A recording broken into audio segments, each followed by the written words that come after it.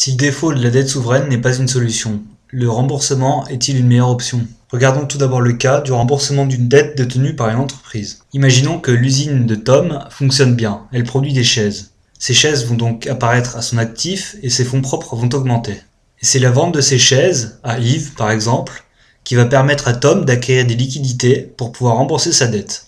Tom peut rembourser l'obligation détenue par Bob. Dans ce cas-là, il y a un transfert d'argent entre Tom et Bob. Et il peut aussi rembourser l'obligation détenue par la banque. Le remboursement de l'obligation va dévaluer sa valeur. En effet, si 20 euros de l'obligation sont remboursés sur 50, celle-ci ne vaudra plus que 30 euros, puisque la banque ne pourra en récupérer plus que pour 30 euros.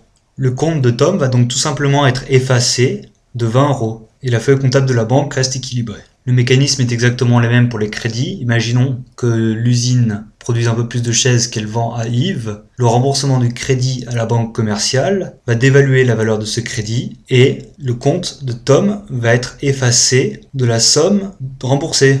Les feuilles comptables sont ainsi équilibrées.